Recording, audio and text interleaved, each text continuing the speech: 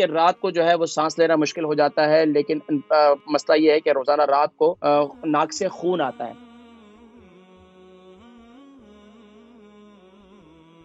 السلام علیکم ورحمۃ اللہ وبرکاتہ۔ وعلیکم السلام ورحمۃ اللہ وبرکاتہ۔ خیریت سے ہیں آپ؟ ٹھیک ہے ماشاءاللہ۔ نام، عمر، وزن، شہر؟ میرے بھائی میرا نام محمد ریاض ہے اور عمر 58 ہے اور وزن 82 kg۔ کہاں سے کال کر رہے ہیں؟ برمنگھم سے میرے بھائی۔ جی فرمائیے، سوال کیا ہے؟ اچھا میرے بھائی، سب سے پہلے تو میں نے آپ کا شکریہ ادا کرنا تھا کہ آپ نے مجھے ناک میں سکن گرو ہو گیا تھا تو آپ نے کلنجی کا تیل استعمال کرنے کے لیے کہا تھا، تو وہ ماشاءاللہ کافی فائدہ ہوا ہے اور وہ جو سکن گرو ہوا تھا وہ کم ہو رہا ہے۔ Thank you very much. الحمدللہ، جزاکم اللہ خیر۔ جی تو دوسرا میرے بھائی، میرے دو کوشچن ہیں۔ ایک ہے کہ رات کو مجھے جو ہے نا ناک میں سانس لینی جو ہے نا مشکل ہو جاتی ہے، ناک بند ہو جاتا ہے، یہ 3-4 ہفتے سے ہو رہا ہے، اور صبح ناک میں دونوں طرف سے خون نکلتا ہے۔ یہ 4 ہفتے ہو گئے، دن کو نہیں ہوتا، رات کو ہوتا ہے۔ روزانہ خون نکلتا ہے؟ روزانہ خون دونوں طرف سے، رات کو ناک میں سانس لینا مشکل ہو جاتی ہے، پھر جو تیل وغیرہ آئل یا واسلین لگاتے ہیں تو صبح دونوں طرف سے جو ہے نا خون نکلتا ہے ٹشو کے ساتھ۔ اچھا، آپ کا بلڈ پریشر کیسا رہتا ہے؟ ٹھیک ہے میرے بھائی۔ اچھا، اس کے علاوہ آپ کا کولیسٹرول لیول کیسا ہے؟ وہ بھی اچھا ہے الحمدللہ۔ دن میں پانی کتنا پیتے ہیں آپ؟ تقریباً 7-8 گلاس۔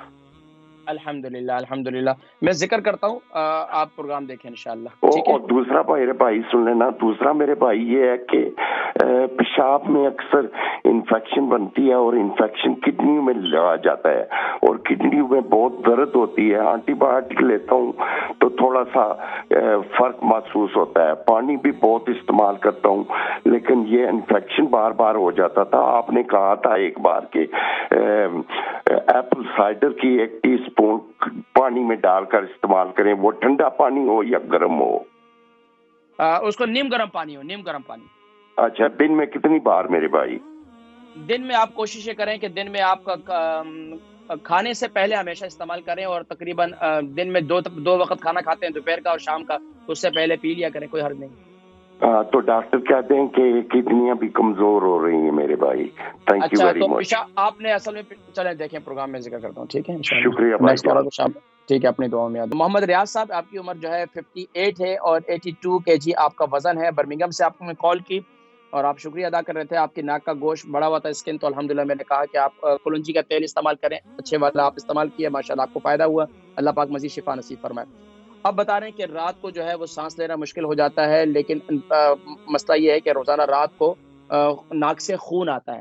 دیکھیں، یہ خاص طور پر بسا اوقات گرمی ہو جاتی ہے، اور دوسرا ہے کہ خاص طور پر رات کے وقت میں اپنا کھانا جو ہے تھوڑا سا جلدی کھایا کریں، تھوڑا سا جلدی کھا لیں، اور دوسرا کوشش یہ کریں کہ رات کے وقت میں جب آپ کھانا کھاتے ہیں، کھانے سے پہلے آپ کچ لسی بنا لیں۔